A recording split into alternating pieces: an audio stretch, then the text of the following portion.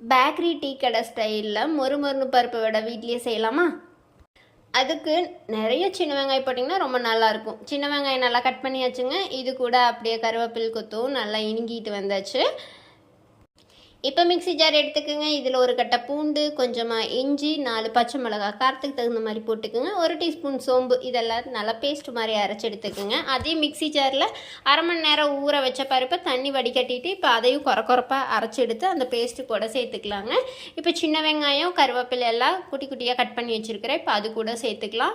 2 teaspoon முழு வடைப்பருப்பையும் சேர்த்துக்குங்க. நல்லா வாயில் கடிப்படும்போது நல்லாயிருக்கும். இப்போ நல்லா வடை சேப்புக்கு தட்டி எடுத்துகிட்டு நல்லா எண்ணெய் காஞ்சதுக்கப்புறமா பொன்னிறமாக செவந்ததுக்கப்புறமா வேற ஒரு பிளேட்டில் மாற்றிடுங்க. இது பேக்கரி டீ கடை ஸ்டைலில் செஞ்சாச்சு. அடுத்தது நம்ம ஸ்டைலில் இந்த மாதிரி கிள்ளி போட்டு எடுத்தோம்னா டக்குன்னு வேலை முடிஞ்சிருங்க. இன்றைக்கி இதுதான் நம்ம வீட்டில் ஸ்பெஷல். அடுத்த ரெசிபியில் பார்க்கலாமா?